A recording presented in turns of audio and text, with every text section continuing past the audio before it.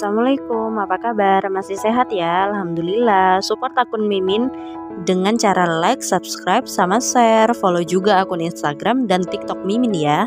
Kali ini Mimin bakal bahas alur cerita film Parama Padam, seorang pemimpin baik yang menjadi korban pembunuhan. Biasa bos, politik kan emang jahat. Yuk langsung ke ceritanya. Di awal scene diperlihatkan seorang wanita yang sedang terikat di sebuah kursi. Lalu scene berpindah pada pertemuan politik, ya kayak pertemuan partai gitu yang diketuai oleh Pak Cezian. Nah, Pak Cezian ini pemimpin yang jujur. Dia dicintai oleh banyak masyarakatnya karena bekerja dengan jujur dan rendah hati. Tapi namanya politik, ada aja musuh dalam selimut. Wakilnya Pak Kalingga ingin merebut kekuasaannya.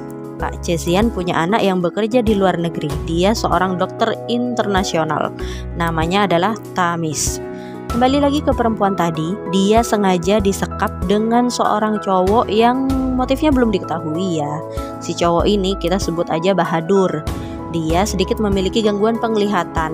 Dia juga menanyakan memori ke cewek itu, tapi sang cewek tetap kekeh tidak memberikannya. Tapi Bahadur mengatakan akan membunuh Suji. Suji ini putri dari cewek tersebut. Kita flashback lagi. Jadi si cewek ini bernama Gayatri. Dia seorang single mom yang berprofesi sebagai dokter. Dia memiliki seorang putri bisu bernama Suji.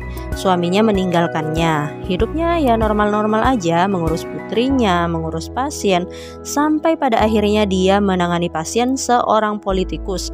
Ya, Pak Cezian itu. Berita sakitnya Pak Cezian menyebar luas nih di media. Kalingga sebagai wakilnya meminta laporan kesehatan Cezian tidak diungkap ke media dan menjadi rahasia mereka bertiga. Ada tuh dokternya sama kepala dokter.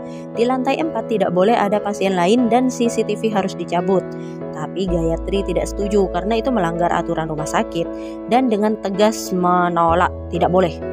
Tapi Kalingga menatap sinis Gayatri. Jadi mengenai laporan kesehatan Cezian benar-benar dia rahasiakan. Meski sahabatnya di media meminta informasi tentang hal tersebut, dia tetap tutup mulut tuh. Di rumah sakit, keluarga Kalingga menukar hasil laporan kesehatan yang akan dibacakan di depan media. Meski Gayatri menolak karena itu berita palsu. Tapi tetap aja dia tidak bisa berbuat apa-apa. Kembali ke zaman sekarang lagi, Gayatri dipertemukan dengan Suji. Dengan sinyal yang diberikan oleh Suji, akhirnya mereka bisa melawan dan mengunci diri di dalam ruangan berduaan dan mencoba mencari jalan keluar dengan mengedipkan senter dari lubang kecil di tembok. Tapi itu juga diketahui. Jadi satu-satunya penyelamat mereka saat ini adalah kartu memori yang Gayatri miliki. Selama itu masih dipegang, mereka tidak akan dibunuh. Ini masih belum jelas ya kartu memori tentang apa. Dengar ayahnya sakit, Tamis, putra Cezian itu datang. Dia memeriksa keadaan ayahnya. Keadaannya masih kritis. Sementara itu Kalingga terus menginginkan Cezian mati. Berbeda dengan para pengikut Cezian yang mendoakan pemimpinnya itu. Bahkan ada seorang wanita yang rela mengorbankan dirinya. Dia membakar dirinya di depan rumah sakit untuk kesembuhan Cezian. Bahkan dia mengatakan, lihatlah namanya di tanganku tidak terbakar, ditato gitu. Padahal seluruh tubuhku terbakar. Aku akan menukar jiwaku untuk ketua, katanya. Hebat banget nih cewek sampai segitunya ya. Karena kondisi Cezian yang tak kunjung membaik, Kalingga mengadakan pemilihan ketua sementara. Calonnya ya dirinya sendiri sama ada satu lagi nih cewek. Saat pemilihan, anggotanya mendengar kabar bahwa Cezian sudah melewati masa kritisnya. Itu sudah diumumkan tuh sama Gayatri di media dan akan segera membaik. Jadi mereka membatalkan pemilihan tersebut. Karena kejadian itu, Kalingga mengancam Gayatri untuk berhati-hati. Keesokan harinya adalah ulang tahun Gayatri. Sahabatnya di media memberi hadiah smartwatch yang bisa nelpon, rekam, video gitu. Semua paham lah ya. Saat di rumah sakit, Gayatri juga sering mengajak ngobrol Cezian. Meski Cezian belum bisa bicara, tapi kan bisa dengar. Nah, tapi Gayatri terus menyemangatinya. இந்த முறை கண்டிப்பா vote போடுறேன் சார். அது உங்களுக்கு தான். Saat Gayatri di ruangannya, dia mendengar kabar Pak Cezian mengalami gagal pernafasan. Setelah segala usaha yang dilakukan ternyata tidak membuahkan hasil. Pak Chezian meninggal dunia. Berita ini langsung tersebar luas. Banyak orang yang merasa kehilangan, termasuk Gayatri. Dia mencurigai Kalingga sebagai dalang. Diam-diam dia mengambil darah Pak Chezian untuk diteliti penyebab kematiannya. Tapi di rumah sakit lain, ternyata di sana ada si Bahadur tuh. Waduh. Sementara itu pemilihan ketua baru sedang dilaksanakan, tapi tidak berjalan dengan baik. Hingga seseorang menyarankan untuk memilih anak Pak Chezian, si Tamis tadi tuh, sebagai ketua. Awalnya dia menolak si Tamis nih, tapi karena bujukan wanita yang membakar diri untuk ayahnya itu, akhirnya dia setuju untuk menggantikan ayahnya. Dan berita itu heboh sejagat maya dan seluruh alam semesta.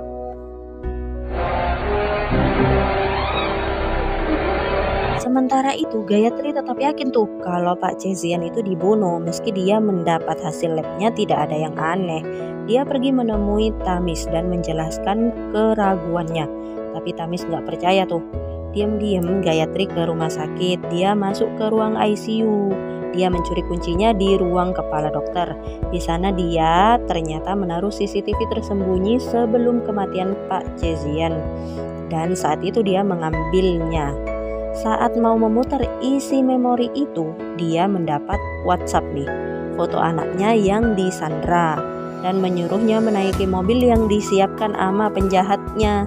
Dia pun nurut tuh. Sampai di suatu tempat dia bertemu Bahadur dan mereka berdebat di sana. Kembali ke masa penculikan. Setelah usaha yang luar biasa dilakukan Gayatri dan Suji, akhirnya mereka berhasil kabur. Tapi mereka tetap diburu tuh. Sayangnya Gayatri tertangkap lagi dan Suji pergi mencari bantuan sendiri. Saat itu Suji bertemu dengan supir taksi dan dengan bahasa tubuhnya Suji meminta bantuan dan menceritakan semuanya, termasuk profesi ibunya sebagai seorang dokter. Karena supir itu gila uang, dia akan membantu asal ada imbalan. Jadi Suji memberikan jamnya tuh. Awalnya supirnya itu tidak percaya itu jam mahal, tapi Suji menelponnya menggunakan HP supir taksi itu. Jadi dia percaya nih. Di gedung Gayatri disiksa dan para begudal itu mendapatkan memorinya dan langsung menghancurkannya. Para begudal itu membawa Gayatri menggunakan mobil, akan dipertemukan dengan Bahadur di suatu tempat. Lalu Gayatri menelpon jam Suji dan berbicara dengan supir taksi. Telepon yang didapatkan Gayatri itu dicuri dari para begudal sebelumnya dan menyepakati akan membayar jika dia diselamatkan. Pria taksi meminta Gayatri memberi petunjuk dengan cara apapun. Kebetulan di dalam bagasi ada cat, jadi Gayatri menumpahkan cat sepanjang jalan dan itu berhasil diikuti supir taksi. Gayatri dibawa ke suatu tempat yang dijanjikan Bahadur dan para begudal-begudal itu. Sebelum Bahadur datang, satu-satu dari begudal itu dibunuh dan pelakunya siapa? Supir taksi. Wah, cerdas juga nih supir taksi. Setelah keempat begudal itu mati, si supir taksi meminta imbalannya. Tapi masih ada yang harus dibunuh, yaitu si Bahadur itu, pria yang memiliki mata bermasalah. Jadi saat bertemu sebelum diculik, Gayatri menelpon Tamis meminta bantuan dan mengatakan ada seorang yang menginginkan memori itu. Dan Tamis mengatakan dia akan datang. Bahadur sudah sampai di lokasi tapi tidak melihat Gayatri, malah menemukan anak buahnya yang mati. Tiba-tiba dia menemukan Gayatri dan Suji. Saat mau membunuh mereka, supir taksi muncul sebagai Saras 008. Canda. Tapi dia kalah sama si buta dari gua hantu ini. Saat mau membunuh supir taksi, Gayatri memecahkan lampu mobil dan membuat tempat itu gelap. Jadi si Bahadur menderita akromatopsia katanya. Tidak bisa lihat dalam gelap gitu. Jadi hal itu dibuat kesempatan untuk membunuh si Bahadur ini. Tewaslah si Bahadur. Supir taksi bahagia, tapi masih ada lagi katanya bosnya yang harus dihabisi.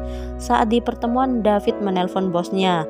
Ternyata Tamis yang datang.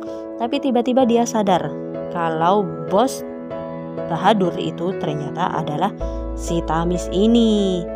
Ternyata Tamis itu membunuh ayahnya sendiri karena dia dulu kecewa sekali dengan ayahnya. Dari kecil anak politisi sekolah di sekolah yang elit, tapi dia ditaruh di sekolah negeri biasa hanya karena ayahnya menjunjung kesetaraan. Mirip Gibran yang meriksain istri di puskesmas ya. Ya gitulah pokoknya.